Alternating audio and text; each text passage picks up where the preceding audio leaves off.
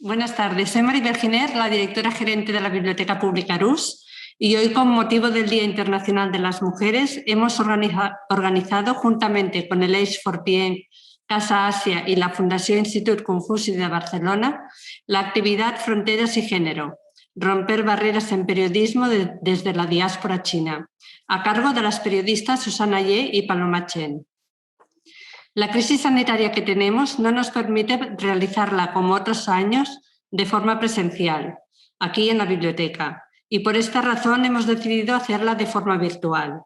La Biblioteca Arús el pasado año cumplió 125 años de su inauguración y en este momento todavía estamos inmersos en la celebración que finaliza el próximo 25 de marzo. La Arús fue fundada con la intención que fuera la gran biblioteca pública de Barcelona, para dar servicio a todas las personas, sin hacer ninguna distinción. En 1895, en la escritura de fundación de cesión al pueblo de Barcelona, los organizadores testamentarios establecieron cinco reglas forzosas e ineludibles, entre las cuales figura una que me gustaría resaltar el día de hoy. Es la cuarta y dice lo siguiente: durante las horas públicas no se podrá impedir la entrada ni los medios de leer o estudiar a ninguna persona por razón de sexo, edad ni clase. Solo podrán ser expulsados aquellas personas que no guarden el orden y la compostura propios de la casa. Estamos hablando de 1895, han pasado ya 126 años.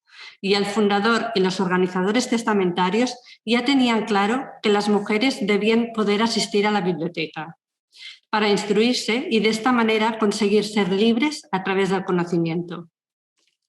Hemos avanzado mucho, pero continuamos reivindicando los derechos de las mujeres y la pandemia no ha hecho más que evidenciar esta desigualdad.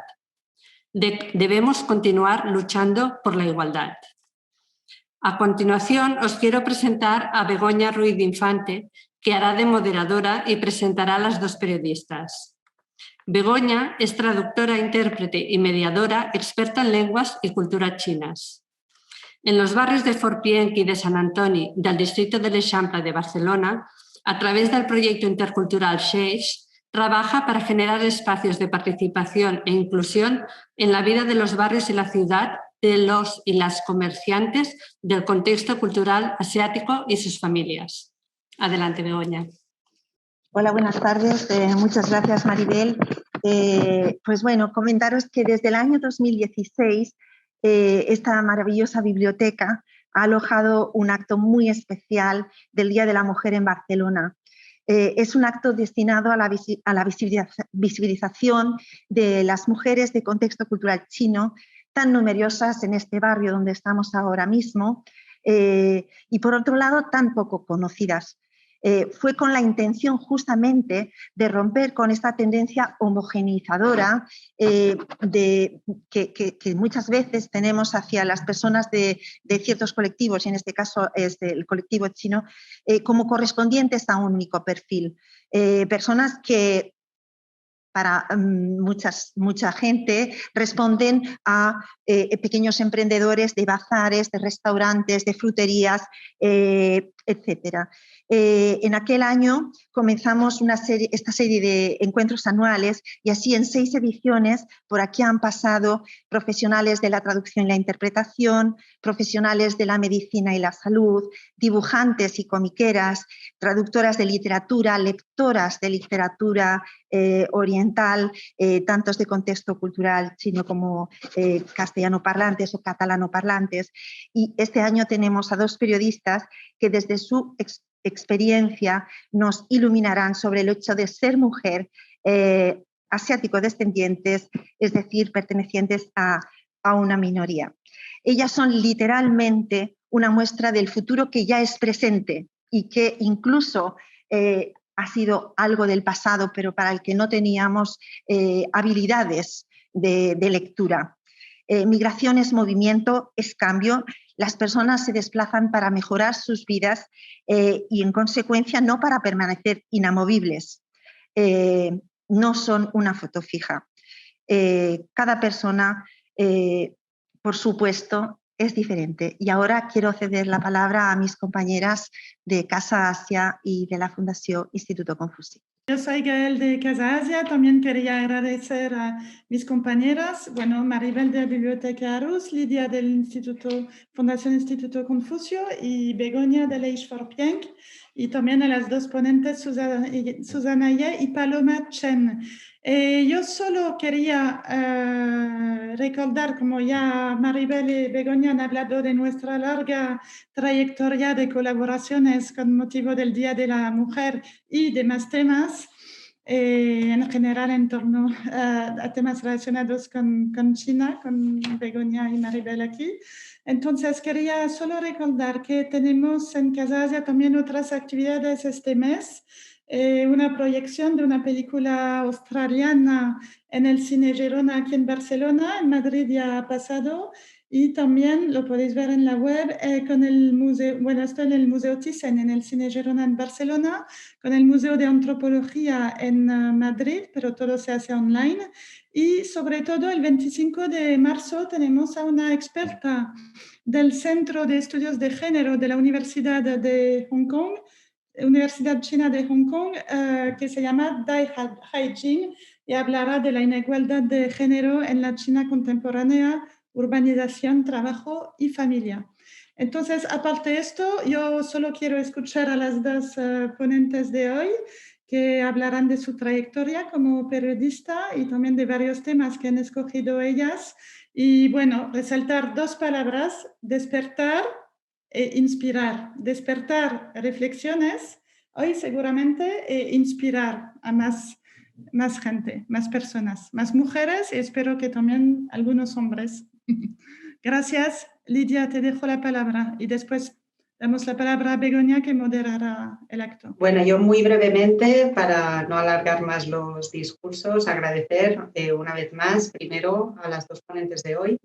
En segundo lugar, bueno, a todos los asistentes, que obviamente, bueno, las actividades no tienen ningún sentido si no tenemos, no os tenemos a vosotras y a vosotros, ¿no? Personas interesadas en una actividad como la de hoy. Yo, siguiendo solamente un poquito el hilo que comentaba Begoña del Instituto Confucio, pues bueno, hemos estado presentes en esta iniciativa también desde el inicio, estos 6 años, en los que, como comentaba ya Begoña, bueno, se ha dado voz a mujeres que yo diría han destacado en sus ámbitos profesionales, en sus respectivos campos profesionales. Como ya ha comentado Begoña, hemos tenido pues, personas, mujeres emprendedoras, traductoras, artistas del ámbito de la salud, etc. Yo creo que un poco la característica también que ha tenido estas actividades y que también apoyado por el marco de la Biblioteca Arús, que es un marco muy especial, que, bueno, por desgracia hoy no podemos estar ahí, es que yo creo que nos han ofrecido una visión muy cercana, ¿no? Un testimonio muy, muy cercano de sus vidas y una mirada muy fresca desde esta visión profesional y también rompedora. Nada más, ya eso yo creo que también nos van a inspirar mucho las dos ponentes de hoy, como comentaba Gael. Y bueno, adelante y espero que disfrutéis mucho el diálogo de hoy. Pues creo que Paloma y Susana se van a presentar directamente, con lo cual adelante, os cedemos la palabra todo vuestro tiempo. Bueno, buenas tardes. Me he adelantado a Paloma, quizá. ¡Pum! Buenas tardes a todos los asistentes. Es un honor estar aquí, es un honor que podamos hablar por nosotras mismas, que podamos comunicarnos directamente, ¿no? con la gente que está interesada en esta clase de temas.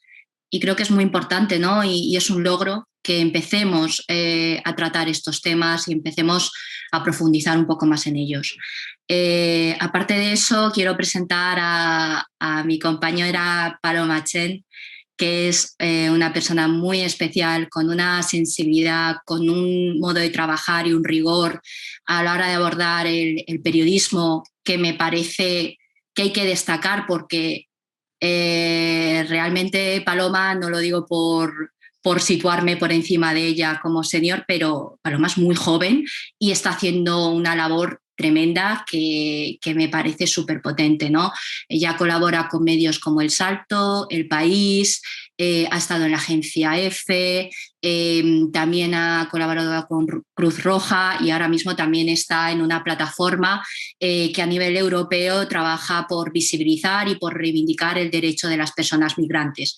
Creo que ese conjunto de compromiso y de buen hacer en alguien tan joven, con una madurez tan grande, es algo que me parece admirable y que me parece que se merece la atención que va a tener hoy, ¿no? Y que nos va a aportar. Y bueno, cedo la palabra a Paloma. Muchísimas gracias, Susana, por tus bonitas palabras, de verdad, y muchísimas gracias a todas, a todos los que estáis haciendo posible todo esto y, bueno, como ha dicho Susana, ¿no?, por darnos esta plataforma para poder hablar directamente, comunicarnos, dedicar esta horita, esta hora y media a poder hablar de estos temas, ¿no?, que al final tanto a Susana como a mí, ¿no?, hemos trabajado acerca de esto, es algo que nos atraviesa y bueno, yo lo que puedo decir es que desde hace muchos años, desde que empecé a querer ser periodista, pues yo admiraba la carrera de Susana Ye, ella lo sabe, fue una de las primeras personas a las que yo contacté cuando trabajaba en el proyecto de Tusanaje y bueno, ella es una periodista todoterreno que tiene muchísima experiencia también para su edad, porque ha colaborado con todos los medios que hay en España, básicamente. Ha sido la editora, ¿no?, de Update Samsung, no sé, de todo El País, El Mundo, todo lo que puede ser. Y además me gusta muchísimo su trabajo porque habla mucho acerca también de la migración, de la identidad fluida, sus reportajes en Cuarto Poder son absolutamente alucinantes. Y por supuesto yo la descubrí con su famosísimo documental de Chiñoles y Bananas, donde por primera vez esa Paloma que estaba empezando en la universidad se vio representada y dijo, ostras, por aquí, este es el periodismo que yo quiero hacer. Así que gracias, Susana, por ser mi referente y el de también de muchas otras, de muchas otras. Bueno, yo quiero aquí incidir que ser referente es como una palabra gigantesca que a mí me da mucho respeto y que, bueno, si me lo dice alguien ajeno, pues no tengo otra cosa más que aceptarlo y agradecerlo, pero bueno, que referente en mi casa. Tampoco yo me considero nadie a la que, no sé, referente es como algo muy, muy grande, ¿no? Es una palabra muy potente y es algo que me da mucho respeto. Ha mencionado Paloma Tusanaje y también es verdad que se me ha pasado, ¿no? Porque Paloma tiene tantas vertientes que es un poco difícil también presentárosla en unos minutos y os recomiendo por favor que sigáis su trabajo y que la sigáis por redes y que leáis lo que va escribiendo porque es muy potente. El proyecto de Tusanaje es muy bonito también porque conecta con Latinoamérica, con asiáticos descendientes de Latinoamérica y con esa conexión cultural que existe, ¿no?, con las personas hispanohablantes. Entonces, está genial que Paloma lo haya rescatado porque creo que es una parte también muy importante para entender, lo que decía, esa sensibilidad que tiene Paloma, ¿no?, a la hora de abordar temas. Luego queríamos tratar un poco, ¿no?, cómo ha sido para cada una de nosotras como mujeres profesionales que nos movemos en el mundo de la comunicación y de la información, cómo ha sido abrirnos camino, ¿no? Y es mantenernos en ese camino, seguir en ese camino. Creo que es algo interesante y yo le propuse a Paloma que cada una diera un poco su perspectiva al respecto, ¿no? Porque, bueno, comentaba Gael, ¿no?, de Casa Asia, no parecéis de la misma edad, pero no somos de la misma no somos de la misma edad. Nos llevamos unos años, lo suficientes como para que haya habido un cambio de panorama bastante grande, o al menos para mí es evidente que es bastante grande, desde, digamos, cuando yo acabé el doble grado de periodismo y comunicación audiovisual, y Paloma, que ha acabado este año, si no me equivoco, ¿no, Paloma? ¿O acabaste el año pasado? Acabé el año pasado, sí. El año pasado. Entonces, yo acabé hace 6 años. Entonces, en ese margen, aunque sea poco tiempo, ha sido suficiente como para ver un cambio tanto en el mundo del periodismo como en el mundo de la sociedad en sí, ¿no? Y de cómo la percepción sobre la comunidad china y sobre las hijas y los hijos de esos primeros llegados, digamos, los primeros nacidos aquí en España, ¿no? Españoles de ascendencia china, de ascendencia asiática o de ascendencia diversa, étnico-racial, ha habido un cambio bastante importante. Entonces, yo cuando empecé no se comentaba para nada este tipo de temas, ¿no? Y de hecho yo no conocía a nadie que no fuera español o española normativo, digamos. No conocía a ningún periodista negro o negra en mi entorno y mucho menos asiático, ¿no? No sé, Paloma, que ya acabó la carrera el año pasado, pero ya digo que en experiencia es como si tuviera una experiencia de muchísimos más años por la madurez con la que trata sus temas y el compromiso con los que los trata. No sé, en tu caso, si ha habido una diferencia en ese aspecto, si tú sí que ya empezaste a ejercer teniendo, digamos, más profesionales a los que mirar o a los que seguir o a los que ver cómo escriben, o no sé en tu caso cómo fue. Creo que sin duda en ese caso es diferente, ¿no? Como bien contabas, un poco yo ya durante la carrera, durante todo el trabajo que estaba haciendo al mismo tiempo de la carrera, durante el tiempo que viajé a China, siempre he estado bastante con una dirección muy segura, ¿no? De hacia dónde quería ir. Y yo, bueno, creo que personas referentes como Moja Guereju del diario.es, tú misma, como digo, con tu trabajo que fue publicado, si no me equivoco, hace 6 años, ¿verdad? Sí, fue,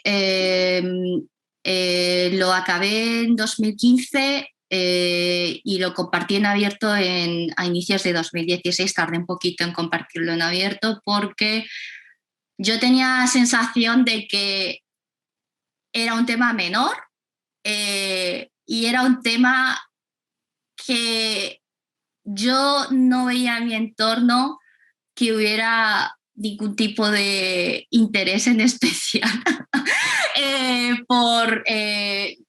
como que era algo que sentía que era muy casi anecdótico, diría. Sentía que era casi anecdótico y tardé un poco en compartirlo. Entonces, sí, en 2015 fue cuando lo acabé y demás, y en 2016 fue cuando dije, lo voy a poner en YouTube, lo voy a poner en abierto, porque siempre la idea ha sido, mi espíritu siempre es que sea todo lo que hago lo más accesible posible para gente entendida y no entendida. Siempre me muevo con ese espíritu. Pues lo que tú pensabas, ¿no? Que era una cosa muy anecdótica, pues a mí al final un poco definió, ¿no? Lo que yo quería hacer y los posteriores trabajos que yo he hecho. Y evidentemente tú en esa situación, cuando hiciste Chiñoles y Bananas, es que no había absolutamente nada, ¿no? O sea, no había absolutamente nada, pero yo con el trabajo que hice después un poco y que yo creo que hereda el espíritu de Chiñoles y Bananas es crecer en un chino. Pero es que yo cuando lo estaba haciendo, crecer en un chino, yo pensaba, es que mientras sea la mitad de bueno que Chiñoles y Bananas, mientras sea un documental que apele a la gente, que las personas se vean representadas, no, pues a mí ya me basta. Entonces tuve bastante claro desde siempre, ¿no? Un poco que quería hacer ese trabajo, que quería que fuera un periodismo mucho más humano, ¿no? Mucho más que contar a las historias de las personas. Y por supuesto, a pesar de bueno, esa diferencia, había algún que otro referente más, pero muy pocos, como por ejemplo Moja Guerejo, que como digo, también marcó bastante, ¿no? lo que yo quería hacer. Pues por supuesto queda muchísimo por hacer, ¿no? Porque en la facultad no se habla en ningún momento acerca de diversidad. También yo era la única persona racializada de mi promoción, de mi clase, ya no la única persona asiática, ¿no? Sino la única persona racializada un poco. Y sí que es verdad que tenía bastante claro, ¿no? Por las distintas cosas que veía también cuando leía periodismo de otros países, ¿no? Sobre todo de Estados Unidos, algo más internacional, sí que veía, a lo mejor no tanto periodismo, pero lo que es, bueno, comunicar, ¿no? Todo lo que tiene que ver con la comunicación. Y de hecho, yo recuerdo como hace muchos años también cuando encontré Chiñoles y Bananas, pues también encontré el trabajo de Quan Chou, ¿no? Que también ella, bueno, fue una invitada, ¿no? Creo que el año pasado, y ella también es una comunicadora brutal, ¿no? Y yo creo que está siendo muy interesante cómo durante estos años, poco a poco, estamos, pues, bueno, pues yo a veces hablo de asumir la responsabilidad, pero tampoco es eso exactamente, ¿no? Lo que pasa es que yo muchas veces he pensado, ostras, mis padres han tenido otras luchas, ¿no? Han tenido su proyecto familiar, solo se han centrado en eso, y yo que estoy aquí, que ya controlo el idioma, que todo eso, pues bueno, un poco mi obsesión siempre ha sido, tanto con el periodismo como con otras cosas, comunicar, tender puentes, y para eso, bueno, también me ayudó mucho estar en China, porque la verdad es que antes de estar en China, yo tampoco conocía, como digo, tenía algún referente, pero tampoco conocía más personas asiáticas que hicieran periodismo o que escribieran. Entonces, para mí fue muy importante, ¿no? Ir a China, porque en China encontré gente de todo el mundo, similar, como por ejemplo Rodrigo, el fundador de Tusanaje, y entonces con él fue un poco, ¿no? Cómo empezó todo el tema acerca de comunicar desde la diáspora y para la diáspora, ¿no? Un poco. Entonces, no sé, ¿cómo valoras tú toda esta evolución, ¿no? que ha habido? ¿Cómo ha sido un poco tu viaje personal, ¿no? De ver de cómo había tan poco y ahora que cada vez hay más. Pues ha sido ambivalente, diría, la sensación. Por un lado, da como mucha alegría y me siento menos sola y más arropada, porque de repente cobran sentido muchas cosas que para mí eran estresantes, confusas, ese sentimiento de no acabar de encajar, ¿no? O de que te incomodan cosas en tu lugar de trabajo y no sabes muy bien por qué. Y claro, no tienes a nadie más a quien recurrir, porque para el resto de gente, por ejemplo, el tema del humor, yo antes era de las de no, el humor es el humor y eso no se puede cuestionar y es un comentario inocente y ya está. Pero siempre me incomodaba, siempre que hacían un comentario, siempre me incomodaba, pero era la única que me sentía incómoda. Yo miraba a mi alrededor, nadie más se sentía incómodo o incómoda, entonces yo decía, seré yo. Soy yo que tengo la piel fina, soy yo que soy sensible, soy yo que quizá no tengo sentido del humor, y lo que me he dado cuenta es que por supuesto que me molestaba y yo me callaba porque yo siempre soy como muy prudente y muy diplomática. Y además estamos hablando de tu ambiente de trabajo, hay una dependencia económica, es decir, yo no puedo de repente ser la más guay, ser la más rebelde, cuando pagar las facturas depende de ello y nadie en mi entorno parece que tenga un problema con ello, ¿no? Entonces, por un lado da mucha alegría porque empieza a cobrar sentido muchas cosas, ¿no? Que antes digamos que durante muchos años he sido como una olla a presión, que todo me lo guardaba para mí y todo me lo callaba y todo lo aguantaba, y yo me sentía algo incómoda, algo inestable y no sabía muy bien por qué. no sabía y siempre lo achacaba a otras cosas. Será que he tenido una semana dura, será que estoy en una mala etapa, será que no he estado haciendo una escucha activa y empática lo suficientemente profunda. Siempre eran otras cosas, ¿no? Pero por otro lado también he de confesar una cosa, es que da rabia, ¿no? ¿Por qué no antes? ¿Por qué digamos, he tenido que vivir lo que he tenido que vivir? Yo soy muy poco partidaria de que hay que ser mártir como para ser buena persona o para entender las cosas, ¿no? Entonces es una mezcla entre qué genial que por fin se esté dando esto y por otro lado es una sensación de rabia de ostras, pues podría haber ocurrido antes y yo me hubiera ahorrado muchas historias en mi cabeza, en mi propio cuerpo, ese cansancio acumulado, ¿no? Esa sensación de hay algo que no me encaja, pero no sé ubicar muy bien el qué, porque no tengo a nadie con quien hablarlo y porque no creo que tenga un entorno que esté muy receptivo a escuchar o hablarlo conmigo. Y aparte es una cosa que por mucho que haya una labor de empatía, de respeto, de tolerancia, si tú no la vives, por mucho que tú la intentes explicar, hay cosas que si tú no las vives, tú puedes explicar a una persona cuáles son las fases de un duelo y hasta que tú no tienes una pérdida en primera persona y lo atraviesas, tú no sabes realmente cómo reaccionas, cómo lidias con ello. Y con esto ocurre lo mismo. Yo puedo explicar a la gente cómo me he sentido aislada, cómo he sufrido situaciones de microrracismo. Yo lo puedo explicar 1001 veces, pero hay una parte que siempre se pierde porque digamos que es muy difícil, muy difícil el transmitir todo lo que significa, ¿no? En tu propio cuerpo, en tu propia salud mental, todo lo que significa el lidiar con tantos años de confusión y de sentirte aislada y sola y desubicada, ¿no?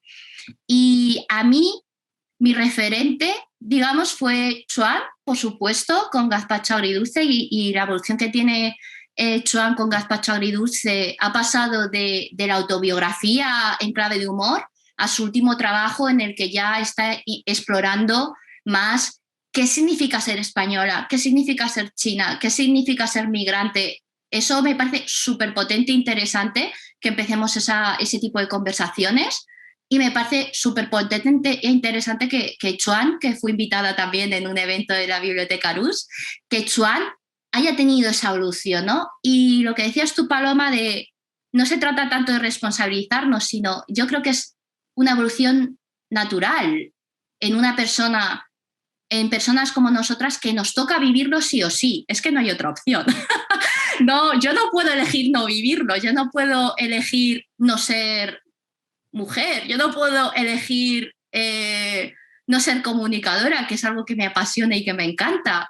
Y con ello viene una responsabilidad, por supuesto, viene una responsabilidad muy grande, de hecho, pero no es algo, yo no siento que sea algo elegido, yo siento que es algo que me toca vivirlo, ¿no?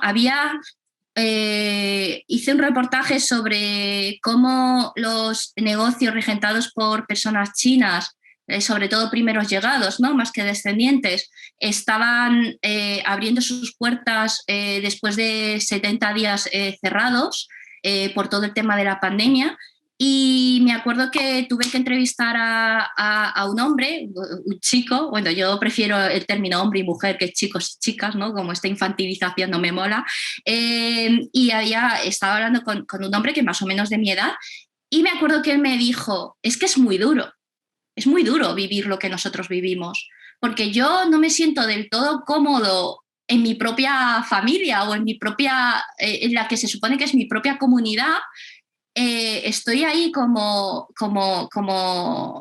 que no estoy, ¿no? Con un pie en un lado y un pie en el otro, y es muy duro porque entenderte, ¿no? Y el convivir y el aprender a gestionar todo esto. Y yo me acuerdo que le dije, digo, es duro, no te lo niego, pero tenemos que pensar que somos una etapa bisagra, que somos, digamos, que nos ha tocado vivirlo, pero que no estás solo, ¿no? Que no eres el único. Que en el documental aparece, ¿no? Y ese realmente para mí fue mi referente, el hacer el documental. Aparte del trabajo de Chuan, que era más en clave de humor, pero yo buscaba más la parte social. Yo buscaba más la parte de entender si había un patrón. Y al hacer el documental me di cuenta de que nuestras historias al final estaban muy, muy hiladas, ¿no?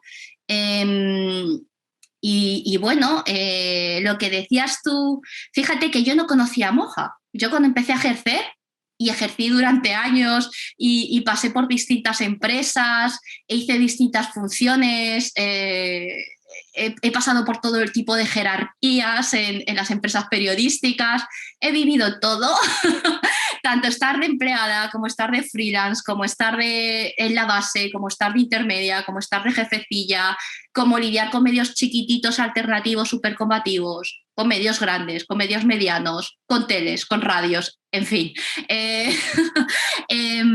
Pero no conocía a Moja, y yo a Moja Guerejao lo conocí de casualidad. Lo conocí porque un jefe mío me encargó que escribiera sobre el presidente de SOS Racismo, Madrid, que había salido que gente racista, xenófoba, lo querían subastar por Twitter. Y me dijo, tengo su contacto porque trabajamos juntos en el Huffington Post. Llama a Moja, le entrevistas y te escribes la pieza. Y por eso conocí a Moja. A ese punto estaba yo a ciegas, ¿no? Y en mi caso ha sido más tarde, cuando he tenido que buscar los referentes fuera. En el caso de periodistas con perspectiva asiática, ¿no? He tenido que buscar los referentes fuera, y en mi caso, como yo controlo el inglés, lo he buscado en Estados Unidos, que es, digamos, donde es más fácil, ¿no? El ver cómo sí que existen perfiles como el nuestro, ¿no? También quería comentar, hablando de periodismo, ¿cómo has vivido tú, Paloma, que has formado parte también de lanzar la campaña, que hablaste con la BBC, y todo? ¿Cómo viviste la campaña de No soy un virus? Porque, por supuesto, todo el mundo sabemos que el año pasado y este año ha estado marcado por chan, chan, chan. La muy relajante situación de la COVID-19, ¿no? Entonces, ¿cómo lo viviste? Porque tú fuiste también de las personas que lo lanzó, y has sido de las personas que ha ejercido también de portavoz, ¿no? de esta campaña. Pues la verdad es que fue bastante abrumador, ¿no? Hace ya más de un año acerca de todo eso, y como digo, un poco, ¿no? Ejercía varios papeles, ¿no? Lanzamos la campaña juntos desde Red de Diáspora China, con diversos activistas y portavoces de la comunidad china, como Antonio Liu, Catarsa desde Barcelona, desde Madrid, desde Valencia. Un poco estábamos viendo lo que estaba sucediendo, ¿no? en el resto de países de Europa y en Estados Unidos y alrededor de todo el mundo, ¿no? Como habían muchísimos ataques racistas, ataques xenófobos, y luego, por supuesto, entre nosotros, ¿no? Entre los grupos de WhatsApp, los grupos de WeChat, no parábamos de comentarlo. En el caso de mis amigos que estaban atendiendo, ¿no? En bazares, en restaurantes y todo eso, decían, o mis padres, ¿no? Que decían, es que, claro, vienen cada vez menos clientes y además se comportan mal, se comportan súper extraño, nos hacen muchísimas preguntas. Fue un momento informativo muy tenso, ¿no? Y además yo recuerdo que entre todo ese lío, ¿no? De muchísimos rumores, muchísimos bulos, bueno, pues tú fuiste una de las personas que más atención, ¿no? Puso un poco cuando todo empezó el tema del coronavirus en China. Recuerdo tus reportajes en Cuarto Poder, que era un poco lo único esclarecedor, ¿no? Entre todo este cúmulo de cosas. Y bueno, al final, como estábamos viendo que habían todas estas actitudes, ¿no? De odio que no venían para nada de nuevas, ¿no? Sino que ya había un clima, pues lanzamos esta campaña, que voy a empezar a compartir pantalla ahora para que podáis ver un poquito acerca de la campaña de No soy un virus. son solo unas capturas, ¿no? Muy un poco salimos pues un poco en todos los periódicos, hasta como ha dicho Susana, la BBC, ¿no? Y fue un momento, ¿no? También, ¿cómo decirlo? Agridulce, ¿no? Por una parte es como ojalá, ¿no? Todo esto no esté sucediendo. La verdad es que se consiguió bastante visibilidad. Yo estuve muy contenta también porque el hashtag No soy un virus también sirvió para muchos jóvenes de origen chino y mayores y personas de la comunidad china pudieran utilizar por primera vez las redes sociales para desahogarse acerca de cosas que muchas veces, como tú has comentado, acerca de a lo mejor cuando éramos más jóvenes y sufríamos esa discriminación, no teníamos ninguna plataforma ni con quién comunicar, ¿no? Yo nací y crecí en un pueblo de aquí de Valencia de 11.000 habitantes y siempre hemos sido pues la única familia china, siempre he sido la china del pueblo, ¿no? Y eso me ha marcado mucho. Entonces un poco ese aislamiento, que el poco a poco ir trabajando estos temas, conocernos, ir haciendo comunidad, ¿no? Ha ayudado mucho a apagar ese aislamiento. Entonces, por una parte, lo veo importante, ¿no? Esta campaña, porque un poco hizo que muchas personas nos uniéramos personas de, bueno, pues de toda España, de toda Europa, de todo el mundo, si lo quieres decir así, ¿no? Pero por otra parte también ves un poco ese mecanismo, ¿no? que tienen los medios de comunicación, ¿no? de coger algo a lo mejor muy sensacionalista, de darle bastante bombo y al final todo eso en que se queda, ¿no? A partir de la campaña queríamos seguir trabajando en ello, ¿no? Pero al final más o menos se quedó en esto, ¿no? Se quedó una serie de reivindicaciones que desde las organizaciones llevamos muchos años pidiendo, porque, por ejemplo, yo qué sé, en Usera, ¿no? En Madrid hay muchísima criminalidad, hay muchísima delincuencia, muchas cosas que la propia comunidad china está denunciando, pidiendo ayuda, pidiendo recursos. Y bueno, no se hace, ¿no? Es un poco este mecanismo que tiene la sociedad acerca de coger solo un poco, ¿no? De coger la superficie, lo superficial y de no atender a las demandas reales. Entonces, creo que, por supuesto, la campaña estuvo súper bien, nos dio muchísima visibilidad, pero a partir de ahí hay que seguir trabajando. Entonces... Si me permites, Paloma, sí. ¿puedo? Sí. Lo que comentabas de cómo No soy un virus, la campaña fue un éxito a nivel mundial, se puede decir, a nivel mundial fue un éxito, pero es muy importante no caer en esta sensación de hemos eliminado el racismo. Ya como hemos puesto un hashtag, no soy un virus, I am not a virus, je ne suis pas un figú, o como se diga en francés, porque tampoco lo controlo, ¿vale? Perdón. Pero es importante porque yo, de hecho, a mí me surgió justo esa sensación de, vale, entonces es como dice la gente, es normal que por ignorancia, es normal que porque como yo tengo ojos rasgados y no me escuchan hablar, e incluso cuando me escuchan hablar, dudan de sí. Incluso cuando me oyen hablar, dicen, pero bueno, no voy a entrar en eso porque eso ya yo para mí es como demasiado simple, ¿no? Pero yo quise como periodista un poco investigar eso y escribí un report, un análisis, perdón por el autobombo, pero creo que es importante dar contexto para que la gente tenga recursos y material, y creo que es importante porque muchas veces, justo lo que dices tú, Paloma, nos quedamos en el sensacionalismo, nos quedamos en la historia bonita y nos olvidamos del contexto, nos olvidamos del análisis y nos olvidamos de poner en situación todo.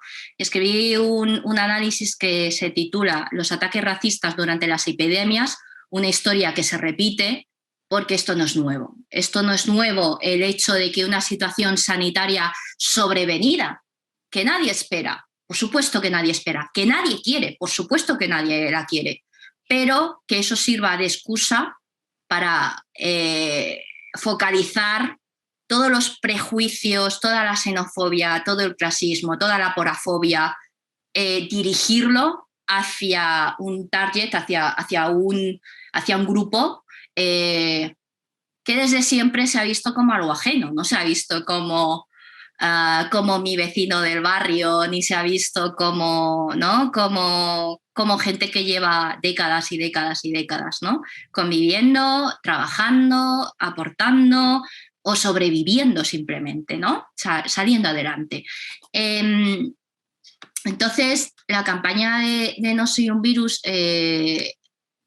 justo las capturas que compartías, es algo muy bonito, es algo que tienen que surgir más cosas así y que ojalá que surjan más cosas así, pero comparto contigo, Paloma, y quería apoyar lo que tú has dicho en el sentido de bueno, no es algo de ahora, no es algo de ya y va a requerir voluntad por todas las partes para que, digamos, no se permita ahondar en este tipo de actitudes, ¿no?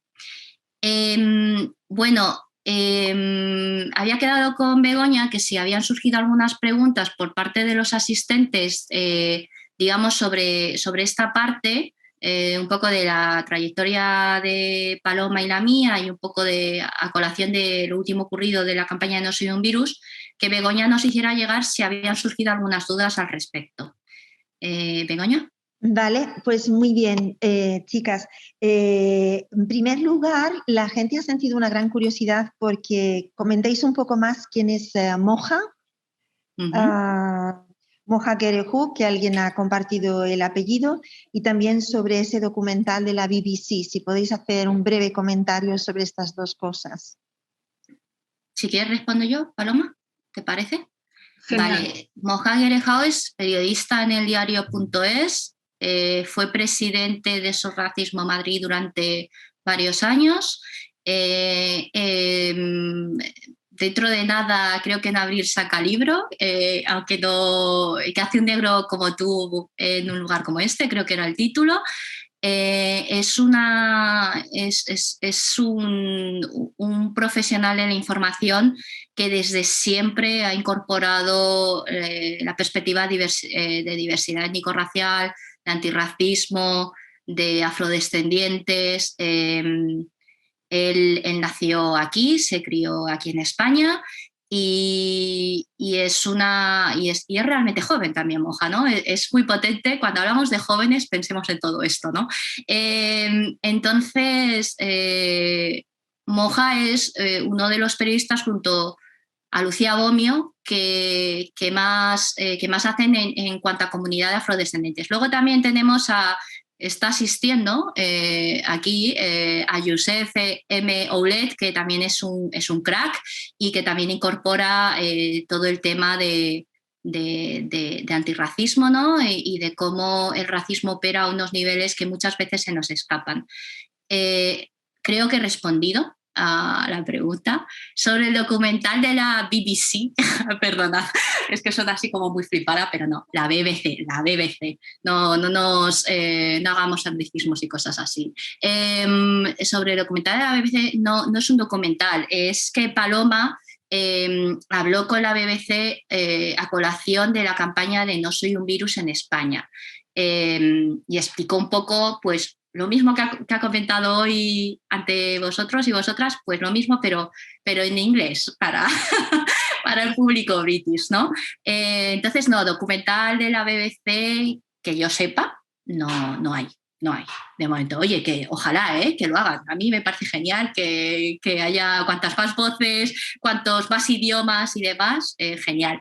Y hablando de idiomas, voy a hacer aquí un poco también de autobombo. En el documental de Chiñoles y Bananas he ido añadiendo subtítulos en inglés, en polaco los tengo que añadir, en alemán, por el tema de poder hacerlo accesible más allá de las fronteras. Creo que es muy importante eso, no quedarnos solo en lo local, sino pensar que este mismo fenómeno, estas mismas vivencias, estas mismas dudas, se da en muchos más países y bueno, creo que era eso. Begoña, ¿algo más? Muy bien, Perdón. Pues sí, mira, también nos comentan Paloma y Susana, que un poco en la línea de lo que estás hablando ahora, si la campaña No soy un virus Se puede decir que fue un éxito en el poder de movilización y de unión. ¿Qué opináis al respecto? Paloma, para ti. Sí, un poco lo que he comentado, ¿no? El hecho de que fue para mí fue, bueno, un granito, ¿no? de la comunidad china en España, creo, poder coordinarnos a esos niveles y utilizar las redes sociales un poco para expresar, ¿no? Todos esos sentimientos que teníamos denunciar un poco todas esas agresiones, visibilizar esas situaciones que a día de hoy sigue ocurriendo, que a día de hoy y que bueno, como bien ha recalcado Susana, eso es muy importante, ¿no? Que el coronavirus no ha inventado nada nuevo, ¿no? Que el racismo es desde siempre y que esto se ha repetido, ¿no? en todas las pandemias, la enfermedad, ¿no? Siempre ha sido una de las razones por las que marginar a los colectivos más vulnerables, más minoritarios, ¿no? de la sociedad. Y de hecho, bueno, ahora luego seguiré compartiendo pantalla, pondré algunos titulares y un poco podremos ver, ¿no? cómo se recogió mediáticamente todo esto y también cómo medios, por ejemplo, como Maldita, ¿no? Maldita Migración ha estado haciendo un gran trabajo desmintiendo los bulos que hay acerca de la comunidad china desde siempre, desde que llegó los primeros migrantes chinos, ¿no? y en la ola de los 80, en la ola de los 90, son bulos que se repiten, que van siguiendo a pesar de que desde las asociaciones, los activistas o las instituciones los desmintamos, ¿no? Como todos acerca de la alimentación, acerca de la higiene. Entonces, bueno, yo sobre todo lo que veía durante esa época era la grandísima culpabilización, ¿no? que había hacia las personas chinas. Era como, son las culpables, ¿no? son las culpables. Se han contagiado por sus estándares, ¿no? digamos, de higiene o de un poco porque hay un estándar, ¿no? un poco de civilización blanca al que el resto de los países se tienen un poco que adaptar, ¿no? Entonces todo ese discurso de culpabilización hacia la población, que por supuesto se mezcla con la crítica política, ¿no? con es que es un gobierno autoritario y toda esa mezcla, ¿no? Entonces, bueno, para mí eso es muy, muy importante recalcarlo, y también cómo se liga todo esto a los crímenes de odio, a las palizas que hubieron a personas chinas, al chico estadounidense de origen chino que un grupo de neonazis le pegó una paliza y le dejó en el hospital. Todo este tipo de cosas, ¿no? Todo esto es muy, muy importante hablar de ello. Quería añadir un apunte. Estamos hablando de No soy un virus y es muy importante y es algo genial que yo me alegro inmensidad, pero también quería decir que muchas veces creemos que las cosas solo surgen ahora y que son completamente nuevas, y no, porque por ejemplo antes de No soy un virus ya hubo una campaña de unidad, ya hubo una campaña de crear comunidad, que fue las manifestaciones contra el BBVA por el cierre masivo, no justificado, de personas con nombre chino, que ni siquiera es que tuvieran que tener nacionalidad china, sino que con que pues, tuvieran un apellido raro. ¡Uy! ¡Uy! Esto es sospechoso. E incluso antes de eso, incluso antes del BBVA, también hubo manifestaciones en su día en Cobo Calleja, en Fuenlabrada, por toda la campaña de odio y de criminalización y de racismo, por todo lo de la Operación Emperador y toda esta asociación, ¿no? de ciudadanos con rostro chino, nombre chino o apariencia asiática. Ya todos son mafiosos, ya todos son evasores, ya todos son... Entonces, me parece súper importante y súper bonito hablar de No soy un virus, pero también creo que tenemos que no olvidarnos de que la comunidad ya hace tiempo que se está autoorganizando, intentando tener voz, intentando ser visibles. La pregunta es, ¿por qué esos casos casi no sabemos nada de ellos? Casi no existen. Y No soy un virus, sí, ¿no? No soy un virus, obviamente, por la situación de la pandemia mundial, no es ningún misterio, no hay que ser aquí catedrática de nada para saberlo, pero también creo que es importante que no quitemos valor a todos los pequeños o grandes intentos, depende, ¿no? Que ha habido por parte de la comunidad de primeros llegados de decir, hey, estamos aquí y nos merecemos un trato de respeto, ¿no? No ser continuamente sujetos de sospecha, ¿no? Yo, de hecho, yo fui una de las afectadas. A mí me han cerrado la cuenta 3 veces.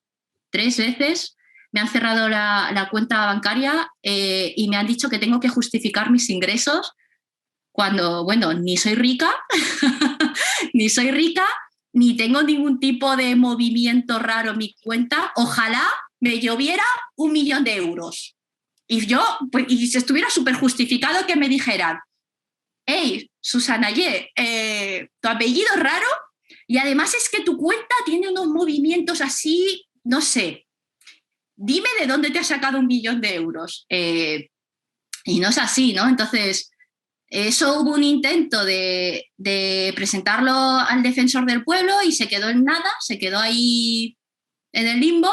Luego, lo de siempre, surgen cosas más urgentes, surgen cosas más importantes, surgen cosas que copan más las portadas y cae en el olvido. Entonces, No soy un virus es un éxito en España, es un éxito mundial y es muy importante que personas como Paloma Chen, Antonio Luyán lo saquen adelante, pero no olvidemos que la propia comunidad de primeros llegados también se moviliza, también tiene voz, tiene opinión propia y lleva muchos años intentando ser visibles. De hecho, también está entre los asistentes Can Yun Xiao, y Can Yun Xiao en Barcelona también ha trabajado muy estrechamente con la comunidad con la comunidad china de estudiantes chinos. En su época, hace ya, bueno, Can Yun es joven, pero es más mayor que yo, dejémoslo ahí. Entonces, esto es importante también recalcarlo, porque parece que, creo que nunca nada es nuevo, creo que siempre algo viene de muchos pasos previos que parecen humildes o que no son tan, no copan portadas, pero también son los que van haciendo comunidad, ¿no?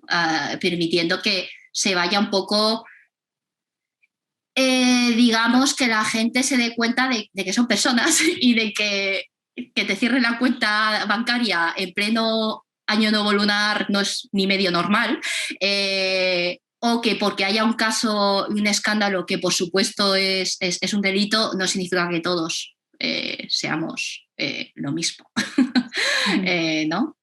En este sentido, Leila Shan habla de que hace falta lanzar, crear más redes, porque está un poco también temerosa de que se cumpla la profecía esta de la minoría ejemplar silenciosa, ¿no?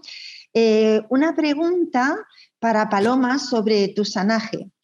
¿Qué diferencias se pueden apreciar en la diáspora en otros países comparados con España? Es decir, ¿cómo estamos en referencia con Latinoamérica, por ejemplo? Bueno, en el caso de Latinoamérica y en el caso en concreto, ¿no? el país en el que más ha trabajado Tusanaje, que es Perú, de ahí el nombre, ¿no? Tusanaje, porque la palabra Tusan es como se designan a los peruanos de origen chino o los peruanos con raíces chinas. Cuando yo conocí este proyecto, cuando conocí a Rodrigo, él me decía, esto es como si tú estuvieras hablando con tu nieto, ¿no? Porque claro, la madre de Rodrigo sería como yo, ¿no? Sería una persona china que ha nacido ya ahí, ¿no? Una persona peruana de origen chino. Es muy interesante, ¿no? Hay muchísimo mestizaje, hay muchísima mezcla, entonces hay personas que, por ejemplo, en el caso de Rodrigo, que a lo mejor tú no podrías pensar solo por su aspecto que él tiene origen chino, pero claro, él ha mantenido muchísimas costumbres. En Perú, muchísima de la comida que hay es comida con mucha influencia de la tradición china, ¿no? Como el famoso chifa, ¿no? Por ejemplo, los restaurantes chifa, todo eso. Entonces, él me contaba, claro, yo le contaba un poco, ¿no? La situación en España acerca de que la migración es, en comparación al Perú, no es relativamente reciente, ¿no? Porque al Perú sobre todo llegaron los culíes, todo lo que es la mano semiesclava, sobre todo hombres que llegaron a las enormes plantaciones, muchos de ellos luego se casaron con mujeres peruanas y muchos de ellos por las leyes de la época y por todas las dinámicas racistas de la época perdieron los apellidos, tenían que hacerse documentación falsa. Por ejemplo, Rodrigo no conserva ningún apellido chino o hay muchos apellidos cambiados, ¿no? El resultado es que una cosa muy divertida, ¿no? Por ejemplo, él también me decía, es que claro, tú si quieres saber cosas de tu familia o quieres ver a tu abuelo, pues coges un avión y te vas a China y ya está. Pero muchos tusanes no saben nada acerca de su historia familiar, acerca de sus orígenes. Y bueno, yo le contaba acerca de que aquí aún somos poquitos, ¿no? Digamos, que no somos tantos, que nuestra, ¿cómo decirlo? Que nuestra cultura no es tan respetada ni tan conocida, porque eso es diferente, ¿no? En Perú los barrios chinos son muy respetados, las personas chinas se les reconoce que tienen una cultura muy respetada, ¿no? Y todo eso. Ahora bien, ¿dónde entra Tusanaje? ¿Cuál es la necesidad de Tusanaje al final? Era un poco visibilizar la cultura, visibilizar la identidad, que es que daba la sensación, ¿no?, de que entre todo este mestizaje está un poco el discurso de bueno, pues aquí todos somos mezclados, ¿no? Aquí todos tenemos los mismos privilegios o los mismos o sufrimos las mismas opresiones, y no es así. Entonces, la identidad tusán está muy, muy invisibilizada. Por ejemplo, hace muchos años hubo un censo donde ni la identidad tusán ni la identidad Nikkei, que es la de peruano de origen japonés, estaban reconocidos. Entonces, Tusanaje busca un poco luchar por eso, luchar por esa visibilidad de identidad, visibilidad cultural, y sobre todo que no está todo por hacer, ¿no? Eso lo veo muy interesante, porque yo veo que en muchos otros países a lo mejor podemos tender hacia eso, pero no debemos nunca de quitar el foco de que siguen habiendo muchos problemas, siguen habiendo muchas dinámicas racistas, y es muy peligroso que se disfrace todo bajo el lema de es que aquí todos somos mestizos y todos todos somos iguales, ¿no? Un poco, y no termina de ser así. Vale, pues aquí la gente sigue felicitándoos por la exposición y creo que podemos pasar a la segunda parte, si os parece bien. Vale. Pues que la segunda parte queríamos iniciarla haciendo inversión de roles, ¿no? Vosotras y vosotros nos habéis lanzado preguntas, pues ahora vamos a darle una vuelta, ¿no? Somos nosotras las que os lanzamos una pregunta. Podéis responder en el chat por escrito, porque como somos bastantes, nos hubiera gustado que pudierais poner vuestro vídeo y demás para que fuera un poquito más cálido y un poquito más imitando el encuentro físico, pero como somos bastantes es difícil, ¿no? Entonces, sentiros libres de escribir, así si estáis en pijama, si estáis, no pasa nada, no os vemos, nadie os va a decir nada. Y la pregunta es, ¿cuántas periodistas mujeres podéis nombrar en España, ¿no? ¿Cuántas periodistas mujeres os vienen ya, sin pensar? No sé si voy a dar tiempo. Vamos a dar un poco de tiempo. Vale. De momento hay una persona que dice a ti, Susana. Ah, bueno, ¿lo lees tú misma? Sí, lo veo, ¿Susana? lo veo. Okay. Susana Griso, Paloma Gómez Borrego. Periodistas mujeres en España. Periodistas mujeres en España. Las primeras que os vengan a la mente. Ana Pastor, Rosa Montero, Victoria Prego. Vale. Leticia Ortiz, hombre, por supuesto. Cristina Fallarás, ajá, Macarena Vidal, la corresponsal en China del país, sí. Ajá, vale. Bueno, Chuanche. Ok. No, siguiente pregunta, ¿cuántas periodistas mujeres negras conocéis en España? ¿A cuántas podéis mencionar que os vengan ya a la mente? Lucía Bomio, hombre, ahí, bien, y ya. Ok, vale, y ahora la siguiente pregunta sería, ¿cuántas periodistas mujeres? Francine Gálvez, perdón, Javier Martínez, perdón, Francine Gálvez, sí. Desiree Vela es hiper buenísima comunicadora, pero no es periodista, es columnista y escritora y autora, sí. Vamos a dar unos segundos más. ¿Alguna más? ¿Alguien se anima? ¿Alguien le viene alguien más en mente? Vale. ¿Y cuántas periodistas, mujeres asiáticas, de ascendencia asiática o asiáticas, conocéis? Sun Yun no es periodista. Nosotras dos. A ustedes dos. A ustedes dos, muchas gracias. Menos mal que nos, que nos conocéis. Sí. Vale. Pues esta pequeña ¿no? Pensar todas y todos en conjunto. Masako Ishibashi. Mira, ¿tú la conocías, Paloma? No, pero me la apunto. Yo también me la apunto, sí, apúntatelo. Pues esta pequeña dinámica era un poco para poner en situación, ¿no? La falta de proporción, ¿no?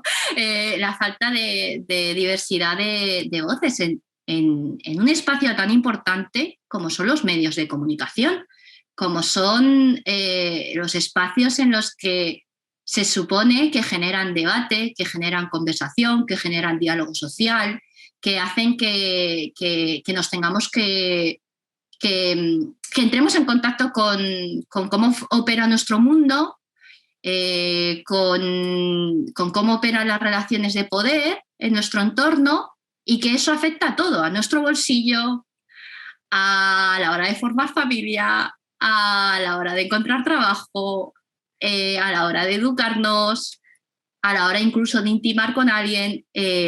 Los medios de comunicación tienen un enorme poder y creo que no hace falta que os expliquemos por qué, porque sois personas todas inteligentísimas y majísimas. Entonces, yo no sé, por parte de Paloma, voy a primero exponer un poco mi sensación y luego le doy la palabra a Paloma. Hasta hace poco la voz de la mujer no estaba para nada representada ni tenida en cuenta en cómo se informaba y sobre qué temas se informaban y sobre qué temas se consideraban que eran merecedores de un reportaje pausado o de un análisis pausado o de una entrevista con profundidad, con calma, con serenidad, ¿no? Que provoque lugares de encuentro entre nosotras. Y si encima hablamos de mujeres de color, es aún más alarmante la falta de representación, la falta de incorporar esa perspectiva, ¿no? Si además hablamos de mujeres de color racializadas, cuando entendemos racializadas como conscientes de su condición, de que son leídas como personas extranjeras, aunque no lo sean, aunque no lo seamos, y me incluyo a mí, ya es tremendo, ¿no? Esto es algo muy grave. Esto es algo muy grave para nosotros como sociedad, porque al final, para muchísima gente de a pie de calle, los medios son su ventana a entender lo que está ocurriendo, a entender por qué está ocurriendo lo que está ocurriendo. Y si apenas podemos mencionar periodistas mujeres negras, si apenas podemos mencionar periodistas mujeres asiáticas, periodistas mujeres latinas hay quizá más, ¿no? Porque hay más relación y hay más convenios y hay más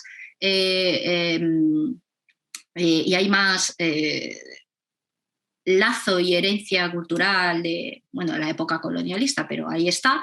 Pero digamos que las mujeres periodistas de ascendencia asiática falta mucho por hacer. Esta es mi sensación y ahora Paloma os dirá un poco la suya. Va bastante en esa línea, ¿no? Y bueno, aprovecho para compartir pantalla de nuevo y voy a poner a nuestra queridísima Lucía un poco por el tema que estamos hablando, ¿no? De que, bueno, no es que me parezca necesaria la diversidad racial en los medios, es que es lo justo y lo que se ajustaría a la realidad. España no es blanca únicamente. Esto es muy importante, ¿no? Que básicamente, bueno, pues cuando salimos a la calle, los metros, los comercios, las calles son diversas racialmente.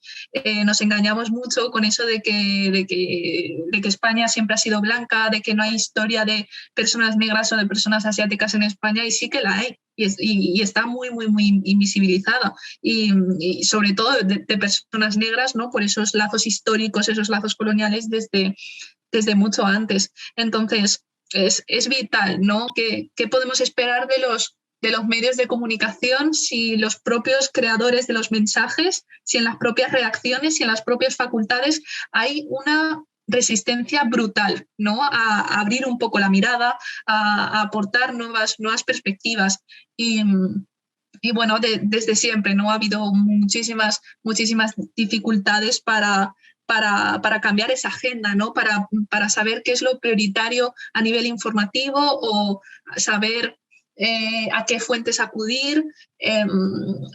Simplemente, como dice Lucía, acerca de la justicia, ¿no? Y acerca de preguntarnos y repreguntarnos qué es lo que está pasando, que en los colegios, ¿no? Pues hay una diversidad racial, cultural enorme, pero poco a poco, conforme vamos pasando los filtros, ¿no? El filtro de la universidad, el filtro de las prácticas periodísticas no pagadas, todo eso, pues al final las redacciones son súper blancas, ¿no? Y las redacciones... hay como un periodista, ¿no? Modelo cortado al mismo patrón, ¿no? Y entonces, como en todas las instituciones, como también pasa en las universidades, ¿no? Hay muchísima resistencia. Entonces, bueno, no sé, Susana, si te parece... no sé si quieres añadir algo más acerca de esto, o pasamos a los titulares un poco. Yo creo que lo interesante sería ver ese maravilloso recopilatorio. Bueno, maravilloso, en fin, que compartas eso y que sigas tú comentando, y ya luego, cuando quieras, me das el paso. ¿Yo? Perfecto. Simplemente un repaso súper rápido a algunos titulares de... A ver, no sé si esto funciona. Vale, perfecto. He puesto algunos titulares, ¿no? Para que veamos muy rápido acerca de cobertura mediática durante el coronavirus, porque, claro, la comunidad china se ha llevado muchísimos palos, y bueno, súper rápido, supuesto, bueno, tanto fuera como aquí, o este artículo de opinión que salió hace súper poco.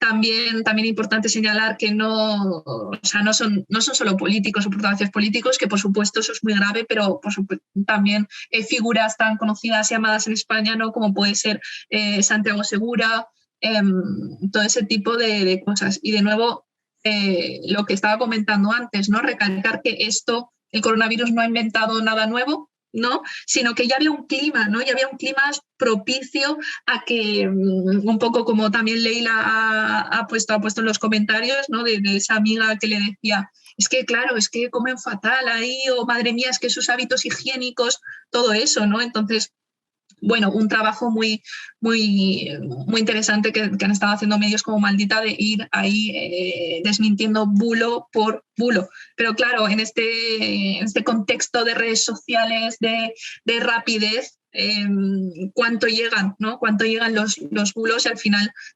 desmentirlos es también... nos quedamos un poco en esa narrativa, ¿no? Yo creo que poco a poco las comunidades pues tenemos que luchar por abrirnos paso e ir marcando nuestra propia agenda, ¿no? No que nos quedemos solo en desmentir el bulo o en ser la persona que contesta, ¿no? Y un poco intentar marcar nuestra propia agenda. Esta es una diapositiva que quería mostrar acerca de uno de los primeros titulares que hubieron acerca de esto, que dice alerta amarilla en un periódico francés, un poco para conectarlo con que esto no está aislado, ¿no? Con el resto de fenómenos que suceden en España.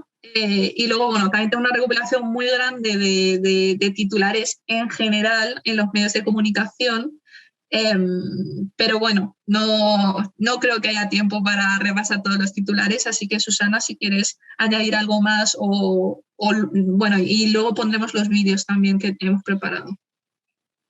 Queremos recalcar que hemos sido muy ambiciosas y nos encantaría estar aquí horas y horas, pero al final la idea es más bien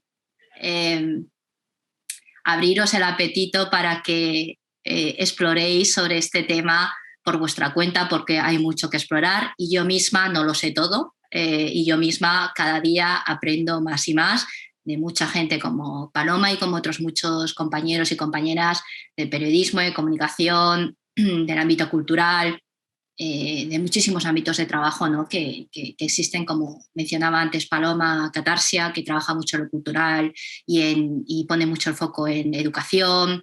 Mencionaba Kang-Yoon Xiao, ¿no? que también lo aplica al mundo del derecho, que es muy importante, ¿no? Saber nuestros derechos y saber cómo ejercerlos.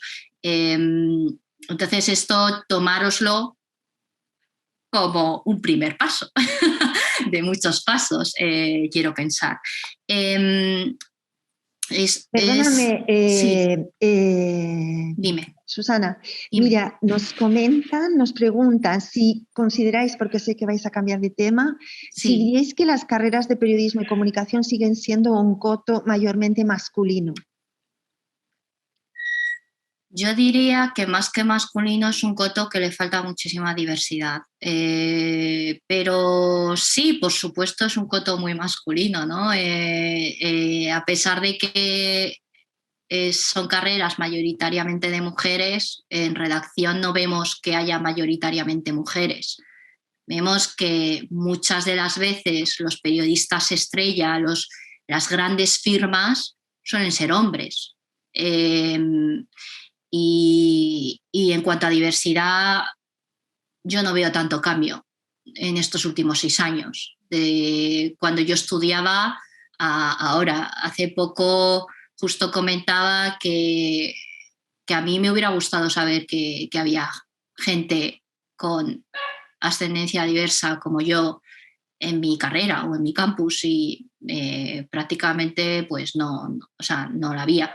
Paloma ha comentado también lo mismo. Entonces ahí hay un desierto, ¿no? Que es lo que señalaba Paloma, de cómo poco a poco, a medida que, digamos, hablamos de profesiones liberales, profesiones con mejor consideración social y tal, cómo ahí vamos desapareciendo las personas de color, ¿no?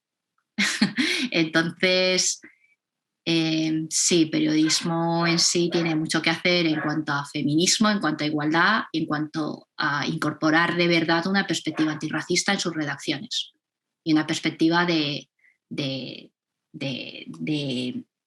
no inclusión, porque no me gusta el término de inclusión, ¿no? Simplemente tenernos en cuenta, simplemente tener en cuenta que podemos aportar muchísimo y que podemos aportar con una seriedad, con una sensibilidad y con un modo de trabajo profesional tanto más que nuestros compañeros, que no se trata simplemente de cuotas ni de nada de eso, sino simplemente de tenernos en cuenta, porque estamos en los barrios, estamos en las ciudades, estamos en los pueblos y estamos aquí. Entonces, habrá que ver, ¿no? Habrá que ver, Begoña y querida, sí. Si claro, pasamos de la palabra a las acciones también, ¿no? Claro, y también desde el mundo educativo, ¿no? No deja de seguir habiendo una preocupación por que un mayor número de estudiantes en la obligatoria pase a la postobligatoria, ¿no? Yo creo que también es un tema de tiempo, ¿no? Que seguramente dentro, bueno, has hablado que en 6 años no has visto tantos cambios. Paloma, era el tiempo que ella estaba en la universidad, ¿no?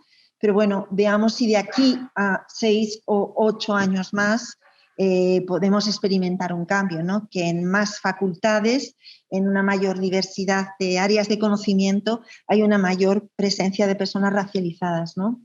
Sí, por eso también me parece súper interesante y súper importante la labor de Catarsia, porque Catarsia se enfoca mucho a eso, a trabajar digamos, desde la base, ¿no? Desde los niños, desde los adolescentes, porque muchas de las veces las personas piensan que no tienen otra opción, o las personas, en el caso de los asiáticos descendientes, de los chinos, hablo de China en concreto porque al final es lo que yo puedo hablar, ¿no? Desde donde yo puedo hablar.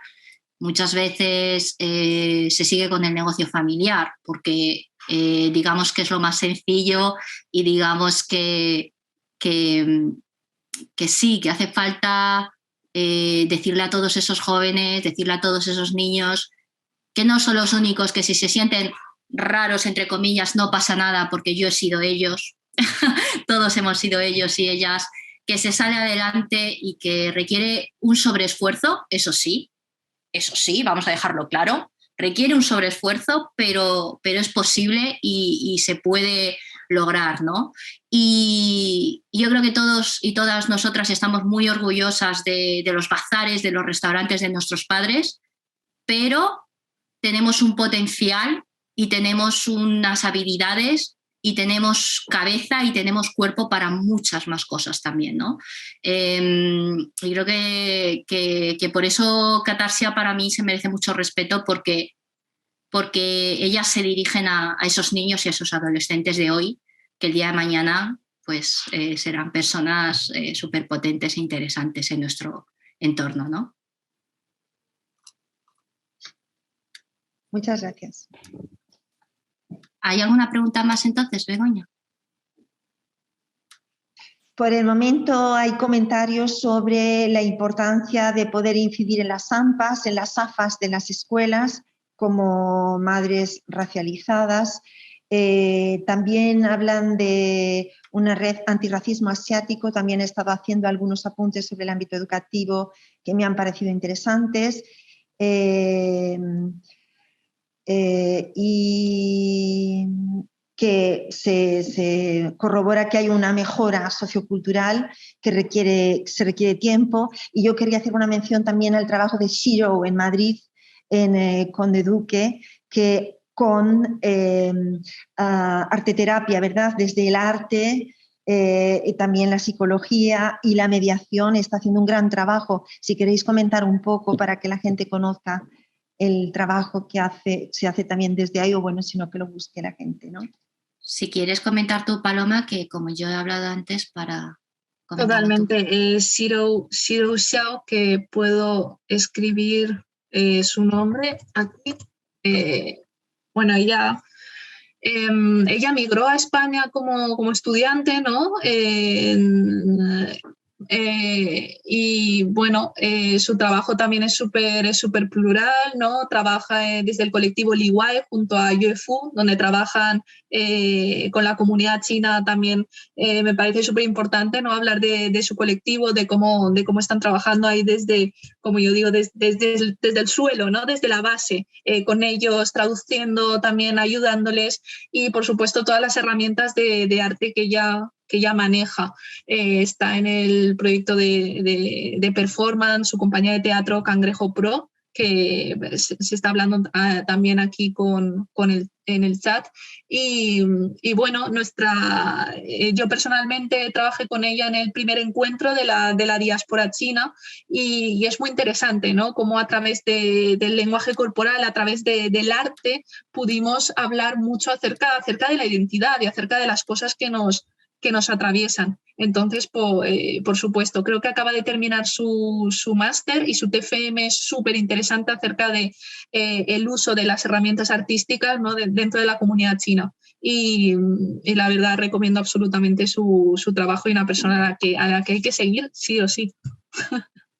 Queríamos también hacernos eco del trabajo de otras compañeras.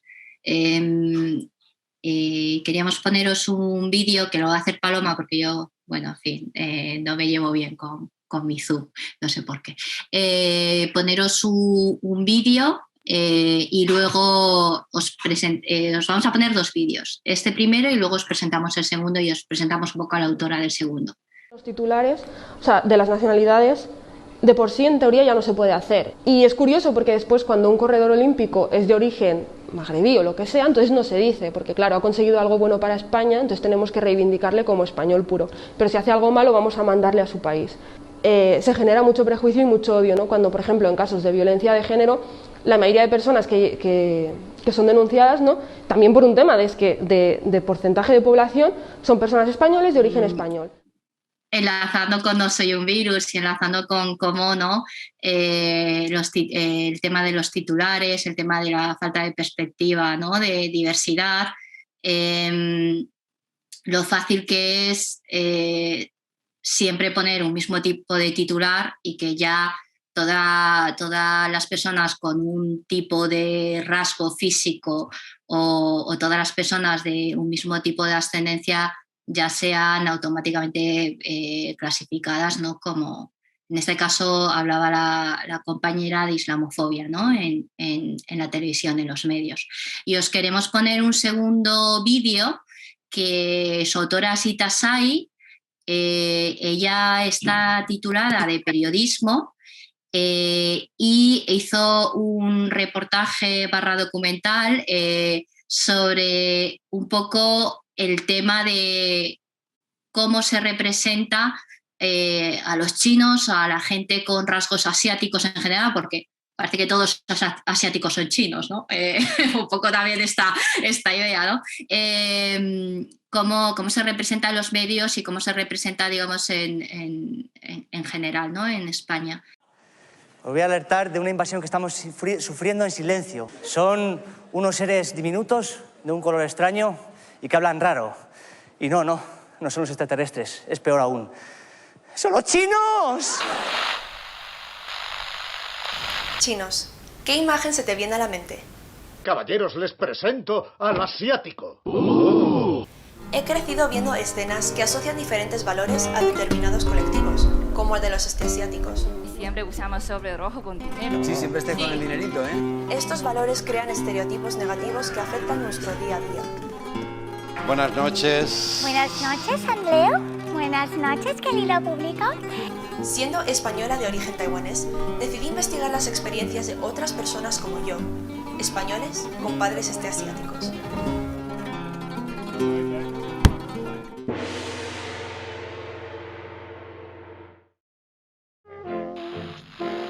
Durante la época del cine mudo en Hollywood, una estrella japonesa dominaba la gran pantalla, Sessue Hayakawa. Fue un actor con una popularidad que rivalizaba con la de estrellas norteamericanas. Sus interpretaciones en películas románticas le convirtieron en el primer sex symbol de Hollywood. Pero con la creciente tensión política tras la Primera Guerra Mundial, el sentimiento antiasiático, llamado el peligro amarillo, se hizo tan fuerte que estos roles fueron reemplazados por caricaturas racistas. Esta tendencia se ha mantenido hasta nuestros días. Roles que estaban pensados para asiáticos están siendo reemplazados por actores blancos. Esto les invisibiliza en el ámbito del entretenimiento y hace que los estereotipos se acepten fácilmente como una realidad generalizada. Pero, ¿cuál ha sido el efecto en las personas españolas de ascendencia asiática? De pequeño, que me acordaba mucho, que era el de cuando salió el anuncio de Boyicao Tokio.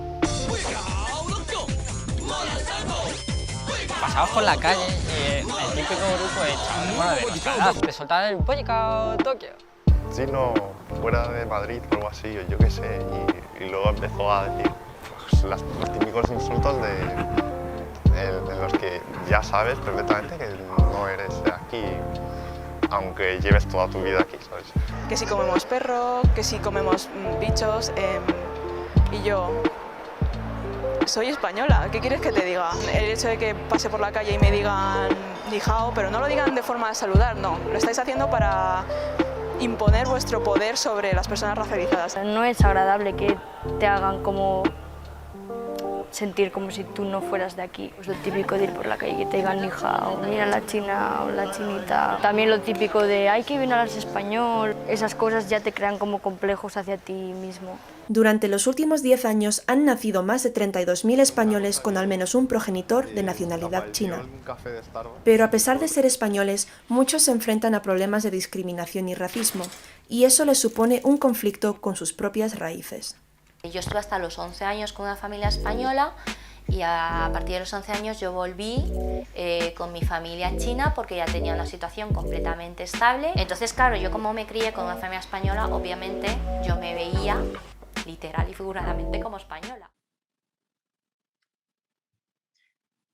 Vale, he salido yo también, creo que esa parte no, pero bueno, he salido yo también porque Itasai me contactó porque ella sacó este reportaje documental el año pasado. Entonces ella vio el trabajo que hice yo, ¿no?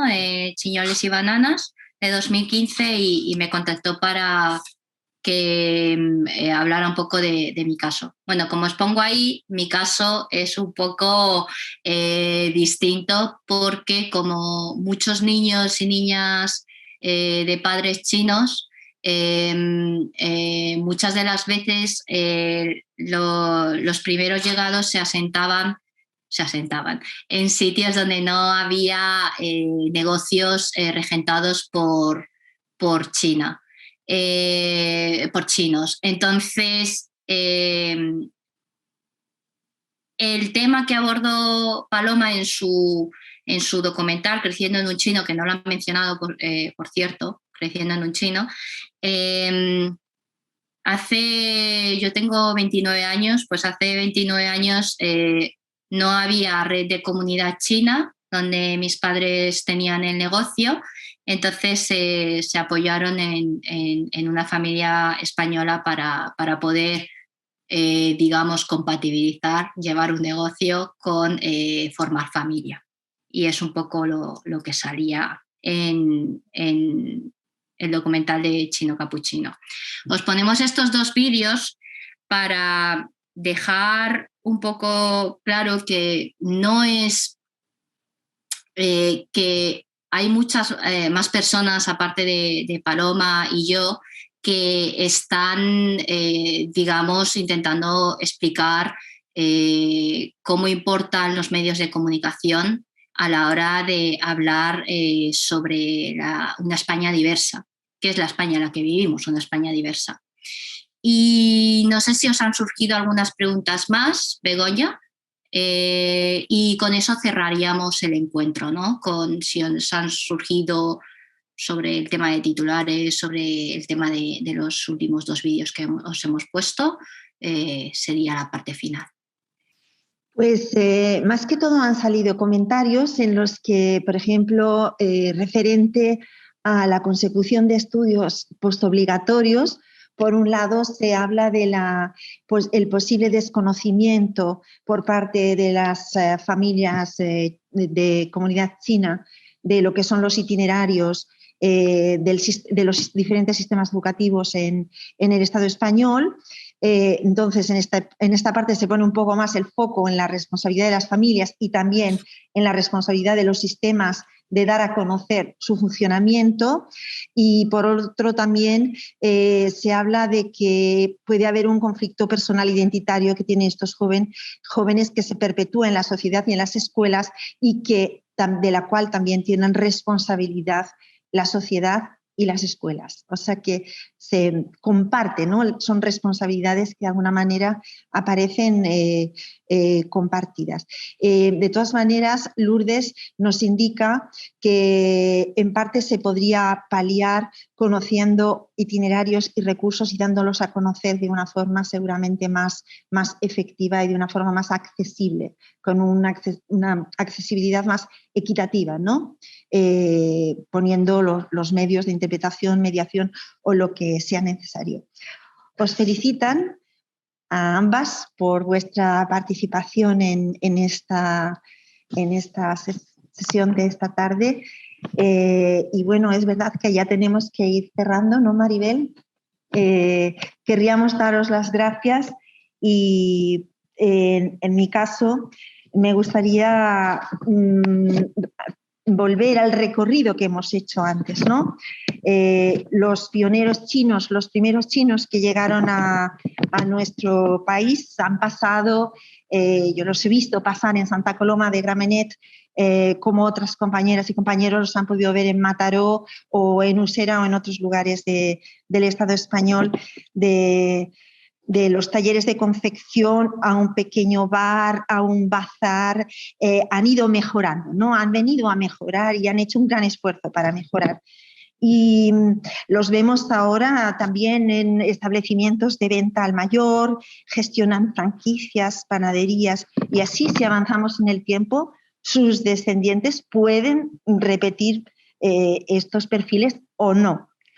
Aquí esta tarde hemos tenido a 2 personas que presentan, bajo mi humilde punto de vista, una multiplicidad de identidades que nos enriquece muchísimo a la sociedad española, con proyectos vitales, innovadores, creativos y sobre todo genuinos, cada una con el suyo, ¿no?